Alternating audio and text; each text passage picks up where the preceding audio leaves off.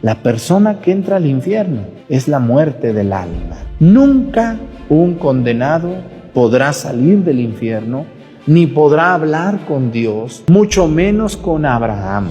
¿Dónde está Epulón? En el purgatorio, donde sí hay salida, donde está en el lugar del tormento, pagando sus culpas y sus penas. Está purificando, está limando y cuidando y pagando aquello que no hizo bien. Según la Iglesia Católica, el purgatorio es el lugar a donde van las almas de las personas que mueren en gracia, pero que no son libres de toda imperfección. La Iglesia Católica enseña que las almas de tales personas necesitan ser libradas de 3 defectos. Número 1, la culpa de pecados veniales. Número 2, la inclinación hacia el pecado o deseo desordenado. Y número 3, el castigo temporal que resulta del pecado.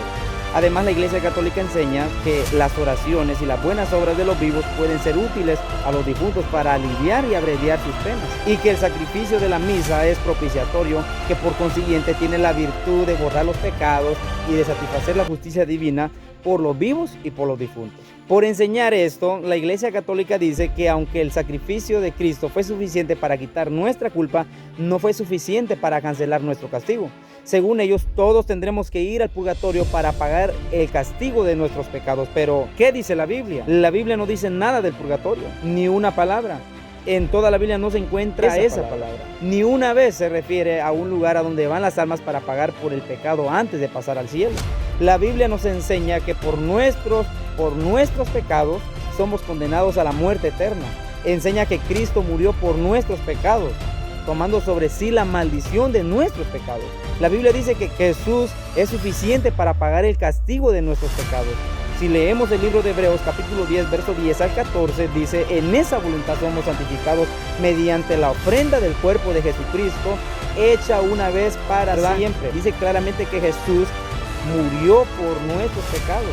Y ciertamente todo sacerdote está día tras día ministrando y ofreciendo muchas veces los mismos sacrificios que nunca pueden quitar los pecados.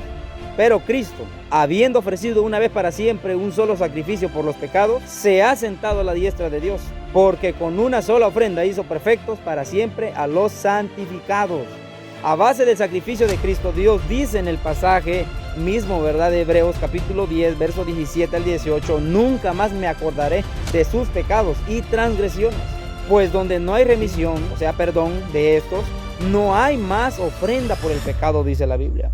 Es por Cristo que hay remisión de pecados. Él puede salvarnos. Hebreos 7:25 dice: por lo cual puede también salvar perpetuamente a los que por Él se acercan a Dios, viviendo siempre para interceder por ellos. Note que 2 veces la Biblia dice que la ofrenda de Cristo fue una vez hecha para siempre.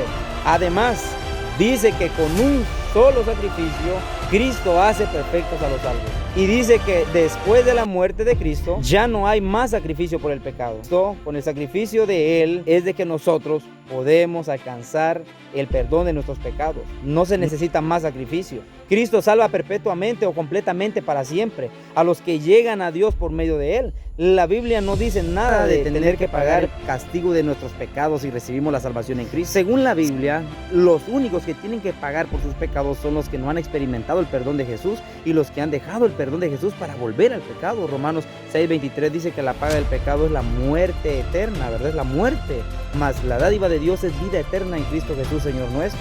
Entonces, según la Biblia, ¿qué espera a los justos cuando mueren? ¿Qué espera a los justos cuando mueren?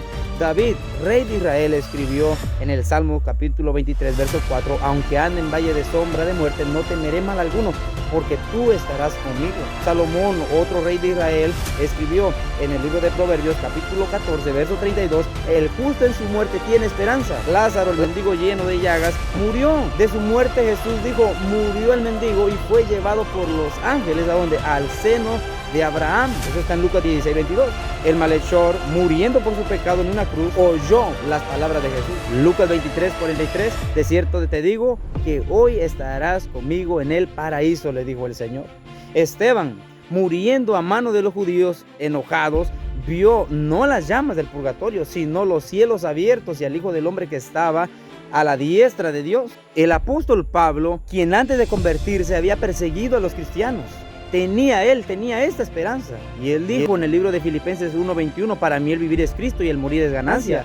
La Biblia no dice nada de algún castigo que espera a los justos después de la muerte. Al contrario, nos hace saber que pura dicha espera, ¿verdad?, a los justos cuando mueren. Ahora, ¿por qué no creo que haya purgatorio? No creo que haya purgatorio porque Dios no habla de él en la Biblia. Y si Dios no nos ha dicho que hay purgatorio, ¿quién tiene autoridad de decirlo? Solo Dios puede decir lo que está más allá de la muerte. Si los hombres lo dicen, es solo invención de hombres. Y aunque lo dicen miles de veces a través de miles de años, no es sino una tradición de hombres. Pablo advierte: mirad que nadie os engañe por medio de filosofías y huecas sutilezas, según las tradiciones de los hombres, y no según Cristo. Es lo que dice el libro de Colosenses 2:8.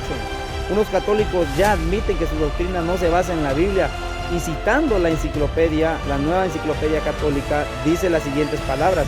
En el último análisis, dice la enciclopedia, la doctrina del purgatorio está basada en la tradición, no en las sagradas escrituras. Es verdad lo que dice su propia enciclopedia, porque la Biblia no dice nada del purgatorio. En toda la Biblia no encuentro esta palabra. Ni una vez leo de un lugar a donde van las almas para pagar el pecado antes de pasar al cielo. Yo creo lo que dice la Biblia en Colosenses capítulo 2, verso 13 al 14. Y a vosotros, estando muertos en pecados y en la incircuncisión de vuestra carne, os dio vida juntamente con él, perdonándoos todos los pecados, anulando el acta de los decretos que nos era contraria, quitándola de en medio y clavándola a la cruz. Yo creo que cuando la Biblia dice todos los pecados, quiere decir todos los pecados.